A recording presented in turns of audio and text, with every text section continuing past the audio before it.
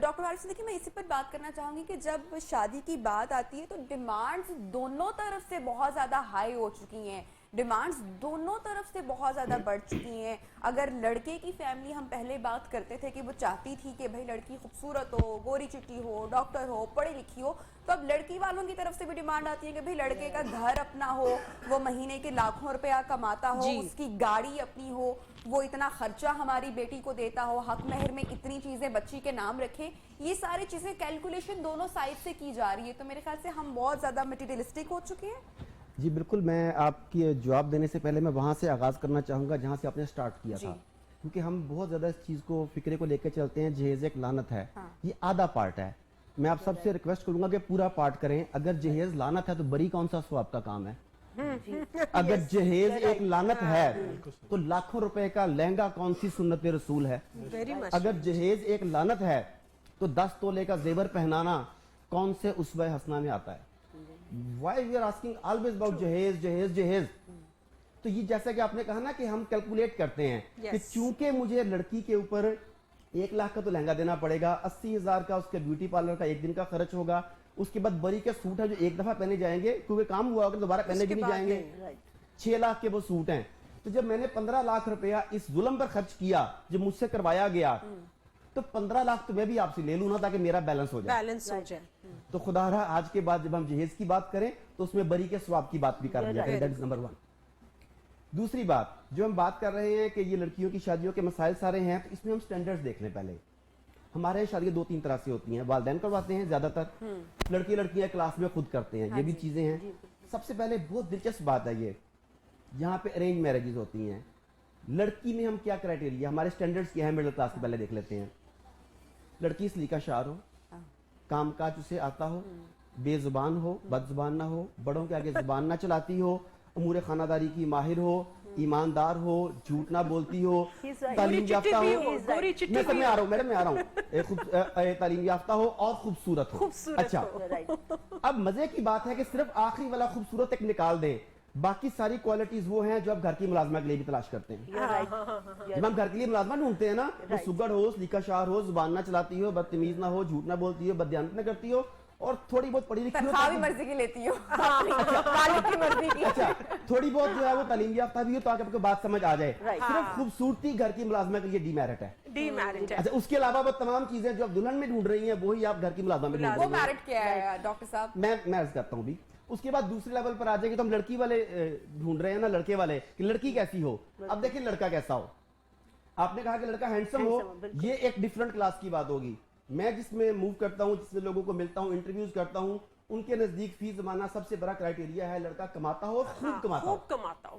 اچھا، آپ انہیں بتائیں، بے جھجک بتائیں کہ لڑکا جو ہے وہ لڑکا نہیں ہے، وہ بابا ہے، 50 کلاس کر چکا ہے، کماتا اچھا ہے. وہ کہتے ہیں کوئی بات نہیں، زندگی موت اللہ کے ہاتھ میں ہے. آپ بتائیں لڑکا شراب پیتا ہے، کماتا خوب ہے، ہدایت دینے والا اللہ ہے. لڑکا جوا کھیلتا ہے، کماتا خوب ہے، کوئی بات نہیں، اللہ سیدھی راہ پر لے آئے گا. Okay, vice versa. آپ انہیں یہ بتائیں کہ لڑکا نیک ہے، پارسا ہے، متقی ہے، دیندار ہے، لیکن ہاتھ ذرا تنگ ہے. مزے کی بات ہے یہ کبھی یہ نہیں کہتے کہ رازق اللہ ہے، کوئی بات نہیں، یہ نہیں مانتے. یہ دوغلا پن ہے کہ وہ ہدایت دینے والا اللہ کو مانتے ہیں. جو بابے والی بات کی وہ بھی ریئر ہے میرے خیال سے، جہاں پر جن کی جو آپ نے کہا کہ بابے کے ساتھ شادی، وہ بھی ریئر ایک کیس ہے. مطلب نہیں، میں آپ کو زیادہ تر تو اس طرح سے نہیں ہوتا. وہ کیا چاہ رہے ہیں؟ We are double standard نا. یہی میرا پوائنٹ ہے. اس کے بعد آ جائیں آپ، یہ ایک کلاس ہو گئی. دوسری کلاس وہ ہو گئی جس میں لڑکا لڑکی خود اپنے پسند کرتے، جیسا آپ نے کہا بات نہیں مانتے وہ. اب لڑکی کیا ڈیمانڈ کیا ہے؟ لڑکی کی ڈیمانڈ کیا ہے؟ خوابوں کا شہزادہ ہو، 20-25 سال عمر ہو، ویل ایجوکیٹڈ ہو، ویل سیٹلڈ ہو. اچھا جی آپ بتائیں کہ 20-25 ایئر میں وہ ویل ایجوکیٹڈ کیسے ہو سکتا ہے؟ آپ کا موجودہ مربجہ تعلیم کا جو نظام ہے نا وہ 28-30 سال پہ لے کے جاتا ہے. 20 سے 25 سال میں ویل سیٹلڈ کیسا ہو سکتا ہے؟ اب لڑکے کی ڈیمانڈز کیا ہیں؟ لڑکی جو ہے وہ ایک ایسی بیوٹی ٹرافی ہو جسے وہ اپنے ساتھ ہر جگہ پہ دکھاتا پھرے کہ دنیا کی سب سے خوبصورت خاتون جو ہے وہ میری بیوی ہے، لیکن اس کے والدین اتنا کچھ دے کے بھیجیں یا اس کا خرچہ ایکسپٹ کر لیں کہ ہم دونوں کو کام نہ کرنا پڑے، شاپنگ کریں، ہوٹلنگ کریں، انجوائے کریں. یہ ساری جو رسومات ہیں، میں آپ کی طرف آؤں گی، مجھے ڈاکٹر عارف سے بھی بات کرنی ہے کیونکہ اسی بات سے یہ چیز ریلیٹ کری ہے کہ ہم ہمیشہ بات کرتے ہیں ہمارے پرانے پروگرامز میں بھی یا جو آج بھی بات ہو رہی ہے، اینڈ آئی ایگری کہ خواتین ہی یہ رسومات ہمیں کرتی ہوئی یا دینا دلانا کرتے ہوئے ہمیں زیادہ دکھائی دیتی ہیں یا آگے بڑھ چڑھ کر دکھائی دیتی ہیں. جہیز کی بھی بات ہوتی ہے تو خواتین ہی جہیز کی بات بلنٹلی بات کرتے ہوئے دکھائی دیتی ہیں، لیکن کیا وہ مرد وہاں پہ اتنا ڈومینیٹنگ ہو کے منع نہیں کر سکتا؟ جہاں پر پورے گھر پر ایک حکمرانی جہاں پر مرد کی ہوتی ہے، جب جہیز کی یا لین دین کی بات آ جاتی ہے تو پھر مرد اتنا بے بس کیوں ہو جاتا ہے؟ جی میڈم تھینک یو. ایک تو میں یہ کلیئر کروں کہ میں نے اتنی پچھلی ڈیبیٹ میں اس لیے حصہ نہیں لیا کہ وہ تمام باتیں ہر بندے کو پتہ ہیں، تو میں نے کہا میں اس میں کیا بولوں. اب جو امپورٹنٹ چیز ہے جو آپ نے کی ہے، ایک علیحدہ ایڈ کرنا چاہوں گا کہ جیسا کہ ہم بریک میں بات کر رہے تھے کہ ہم یہ تو بتاتے ہیں کہ ماں کے یہ حقوق ہیں، ہم یہ نہیں بتاتے بیوی کے کیا حقوق ہیں، ہم یہ نہیں بتاتے ہم سے بچوں کے بارے میں بھی پوچھا جائے گا.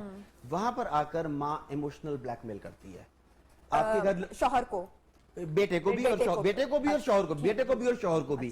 وہ اسے بلیک میل کرتی ہے کہ میں نے ساری زندگی تمہاری خدمت کی، اب میرے بیٹے کی شادی بھی اگر میں اسے بھی برباد نہ کروں تو مزہ تو نہیں نہ آئے گا. ہائے اللہ، یہ دل کی بات ہوتی ہے، یہ دل کی بات ہوتی ہے. نہ ایسے نہ کہ کیا سچ نہیں بولنا چاہیے؟ اچھا، گھر میں پہلی لڑائی جو ہے ساس اور بہو کی وہ ہوتی ہے کچن میں حاکمیت کے اوپر کہ تم نے گلاس یہاں پر کیوں رکھا، یہاں پر کیوں رکھا. کچن کی حاکمیت جو ہے وہ لڑکے کا گھر تباہ کرتی ہے. اسے سیپریٹ کچن نہیں لے کے دینا، وہ سلیو بن کے رہے تو ٹھیک ہے. پھر ہم بات کر رہے تھے، دوسری بات جو میں ایڈ کرنا چاہوں گا، ہم نے بہت ساری باتیں کر لی، دو باتیں ہم نے مس کر دی اس میں.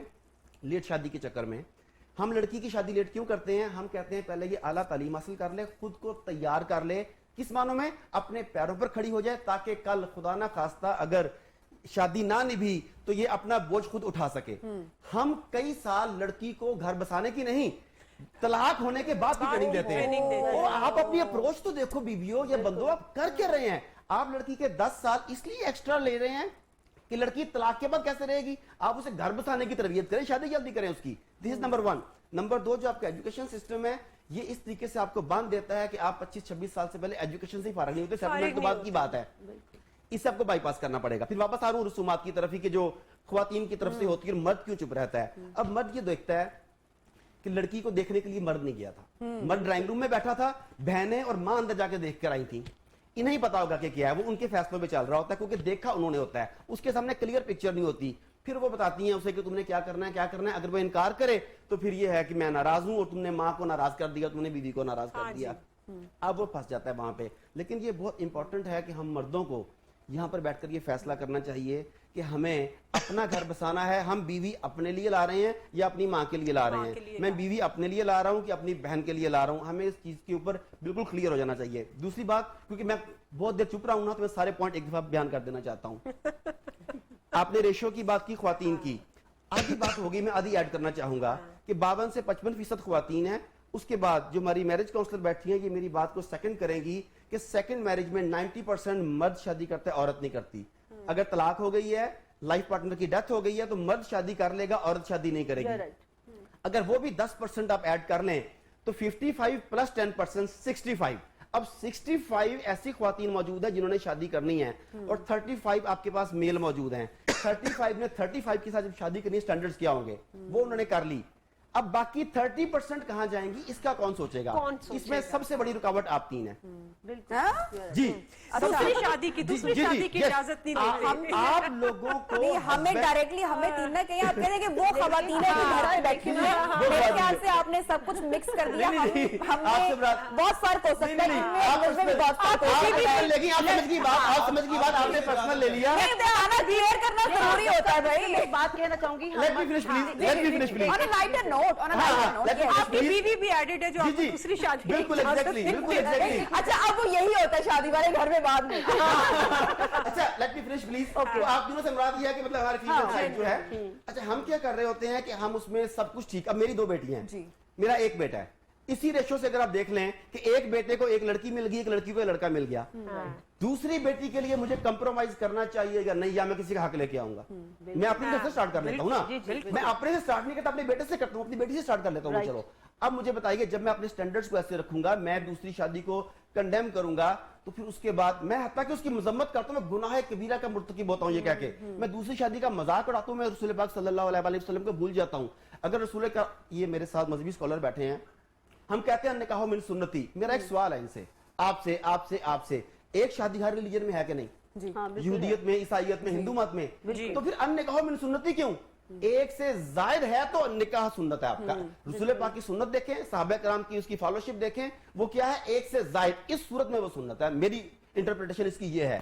ہم خواتین کو، مردوں کو مل کر اس مسئلے کا حل نکالنا جی، چاہیے، بالکل۔ ورنہ وہ خواتین جو 30% رہ گئی ہیں آپ کے بقول، کیونکہ سائیکالوجی کو ڈیل کر رہی ہیں، وہ سائیکالوجیکل پرابلمز کا شکار ہو رہی ہیں۔ بالکل، آپ بالکل۔ میرج کاؤنسلر ہیں، آپ ان مسائل کو دیکھ رہی ہیں، اور میں معاشرے میں بڑھتے ہوئے گناہ کو دیکھ رہا ہوں۔